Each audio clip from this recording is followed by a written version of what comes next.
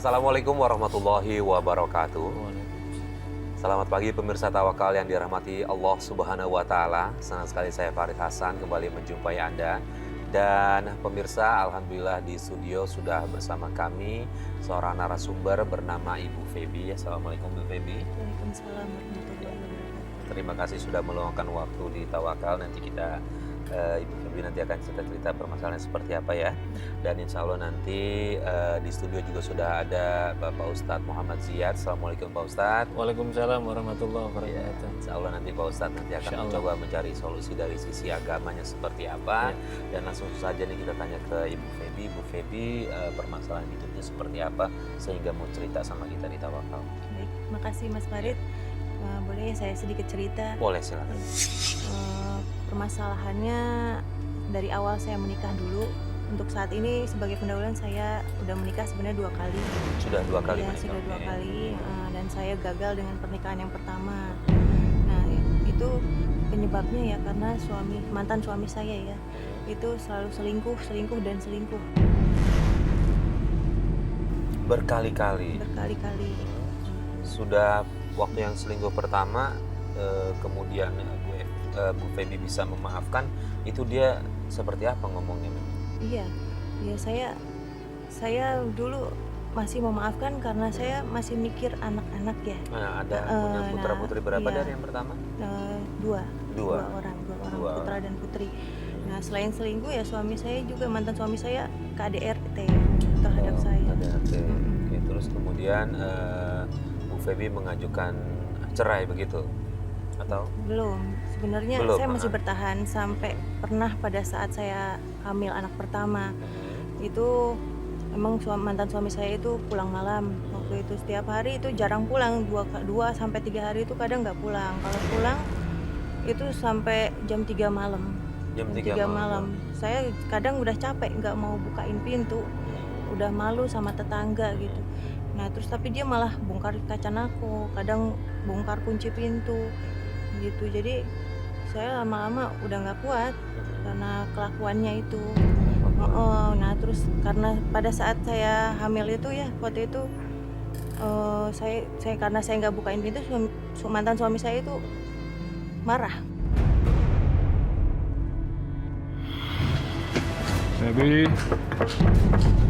Febi, buka pintu, Febi. Itu yang mati. Febi, buka pintu, Febi.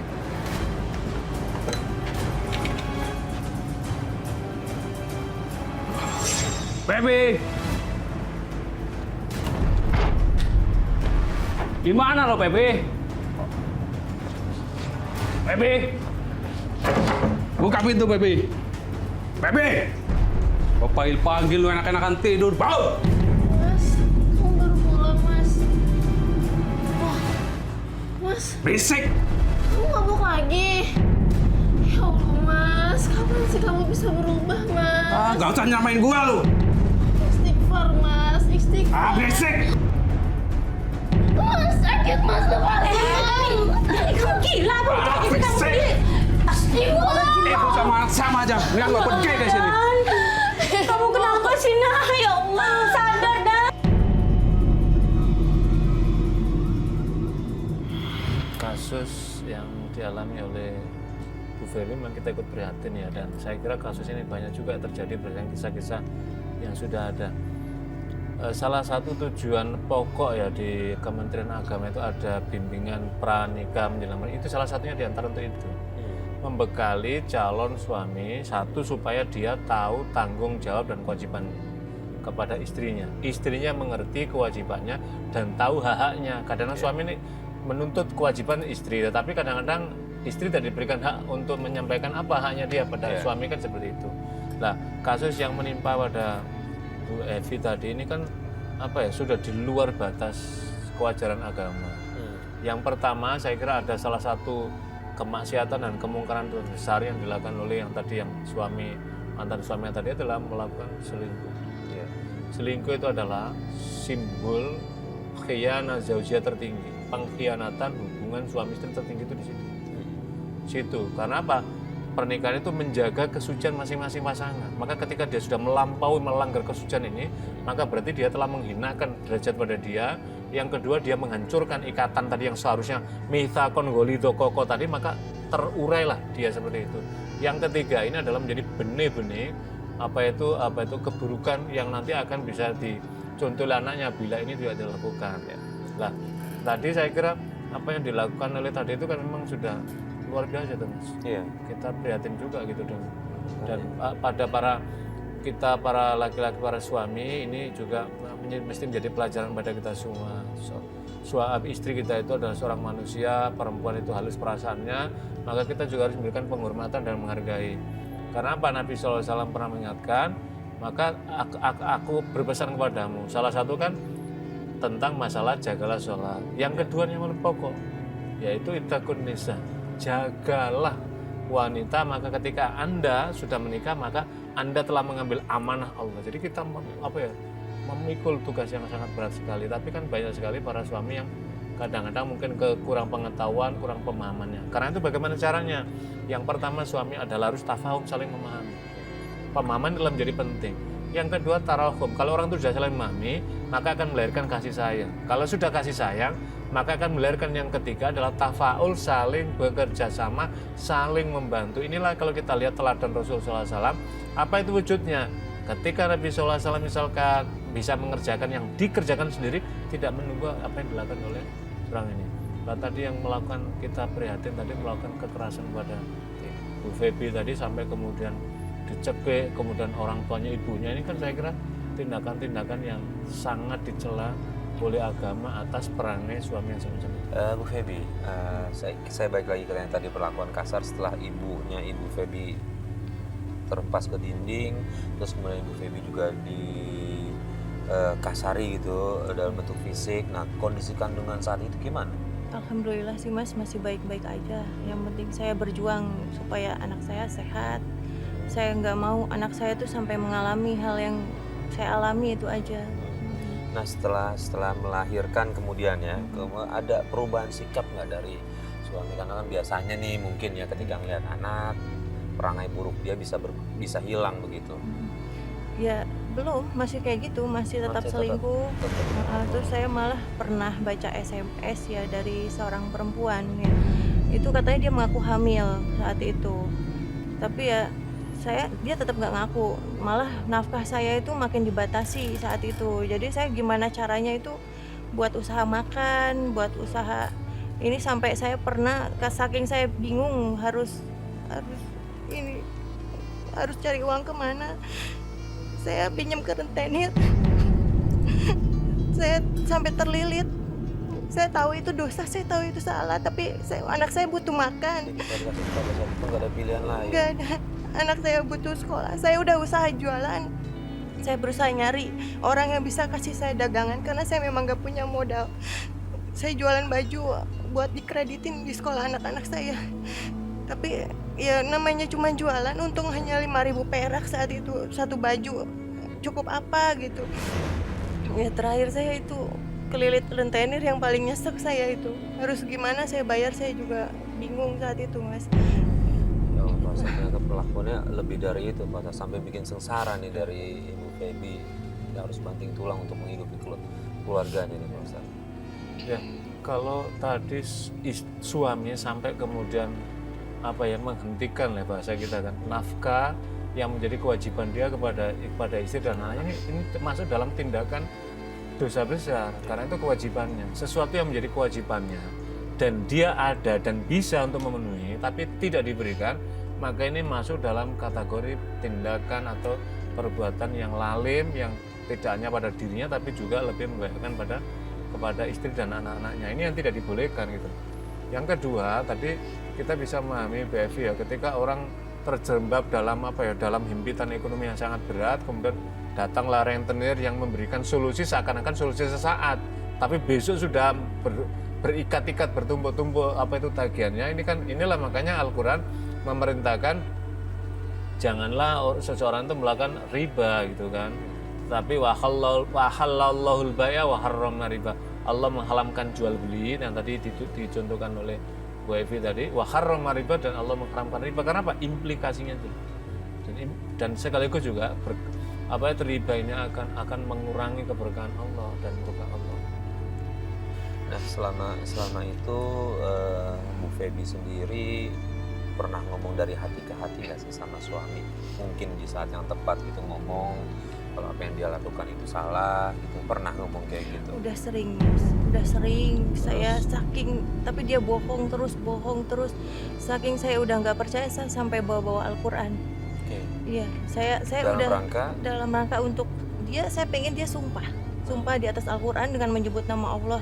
Oke, artinya gini, pada saat itu dia masih tetap nggak ngakui kalau dia melakukan selingkuh Nggak sampai mengakui. ngajakin untuk sumpah depan Al-Quran. Iya. Dia melakukan itu. Melakukan. Ya Allah, Dan terus? itu sampai 3 kali. Yang pertama saya sumpah gitu, dia suruh dia sumpah di atas Al-Quran, dia kecelakaan sampai patah tulang sini nih. Akhirnya kecelakaan beneran. Kecelakaan itu jaraknya nggak sampai 1 bulan Pak Ustadz. Dari sumpah dia Dari terakhir sumpah itu. yang pertama. Kemudian? Nah yang kedua masih tetap itu dalam keadaan kondisi tangan terikat itu, dia masih keluar, Masih berani selingkuh. keluar. Ya Dan Allah. saya walau alam dia ngakunya kemana ya, cari tambahan lah segala macam, tapi saya kok di sini terasa ya, Iya, yang namanya istri istri pasti punya rasa, terasa betul. gitu. Saya suruh sumpah dia lagi, dan dia sendiri yang bawa nama orang tua dia. Saya nggak nyuruh orang tua atau bawa anak, bawa orang lain, tidak, tapi saya sumpah demi orang tua saya.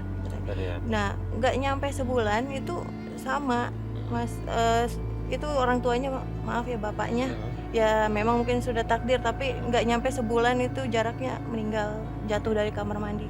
Nah, yang ketiga masih begitu juga ya, itu nggak tahu kenapa nggak kapok itu mantan suami saya gitu. Yang ketiga, singkat cerita saya suruh sumpah lagi. Nah, itu dia masih berani, dan dia tanpa, maaf, dia itu sebenarnya nggak ada merokok segala macam. Nah, dia akhirnya divonis gagal ginjal, cuci darah seminggu 2 kali sampai saat ini. Pak Ustadz, ini memang ada kaitannya dengan dia berani bersumpah di depan Al-Quran, kemudian dia mendapatkan celaka seperti Ya. itu. Celakanya soal lain. Ya. Soal lain nanti kita Ya. bisa mengupas. Tapi pada aspek al-aimana namanya sumpah. Di dalam Al-Quran itu kan dijelaskan, janganlah engkau menjadikan sendagura, atau janganlah engkau mempermainkan sumpah-sumpah. Ya. Jadi orang tidak boleh kemudian bersumpah demi Allah saya akan begini, wallahi atau billahi saya tidak begini, misalkan begini, tapi ternyata besok melakukan, maka tidak dibolehkan. Yang pertama, sumpah itu hanya dengan atas nama Allah, nggak boleh selainnya. Kalau sumpah dengan menyebut nama orang tua, nyebut nama binatang, nama makhluk lain, itu sumpahnya orang-orang jahiliyah. Kafir Quraisy jahiliyah itu selalu menyebut atas nama ibu saya, atas nama Mahdi, itu adalah perangai jahiliyah.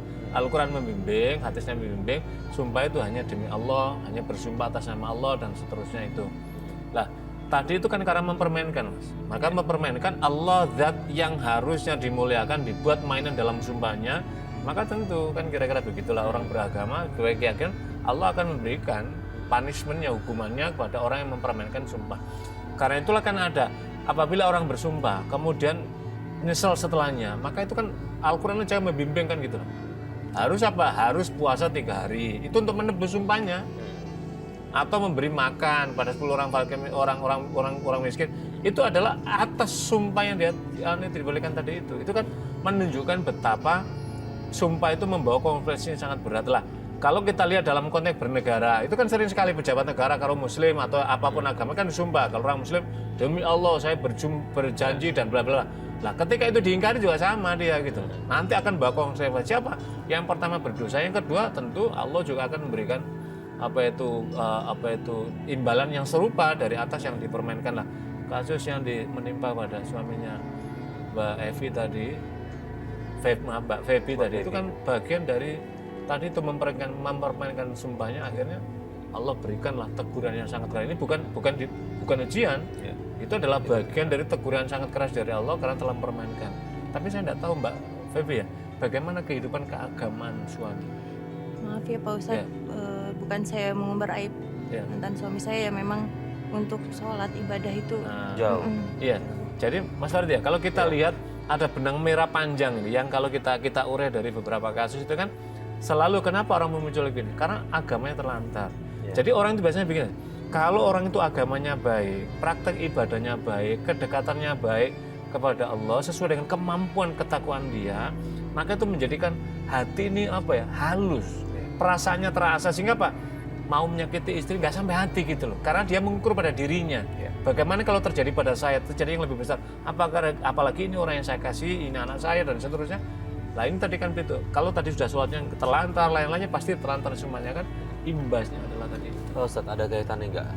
Mungkin ya dengan doa Ibu Feby ini yang selalu terzolimi, kemudian teguran itu sampai ke suaminya, Pak Ustadz.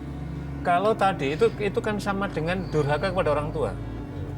Lah, karena tadi durhaka pada orang tua apa? Salah satunya melakukan kasar. Al-Quran juga menyatakan wala taqul lahuma uffin wala tanharhuma wa qul lahuma qawlan karima.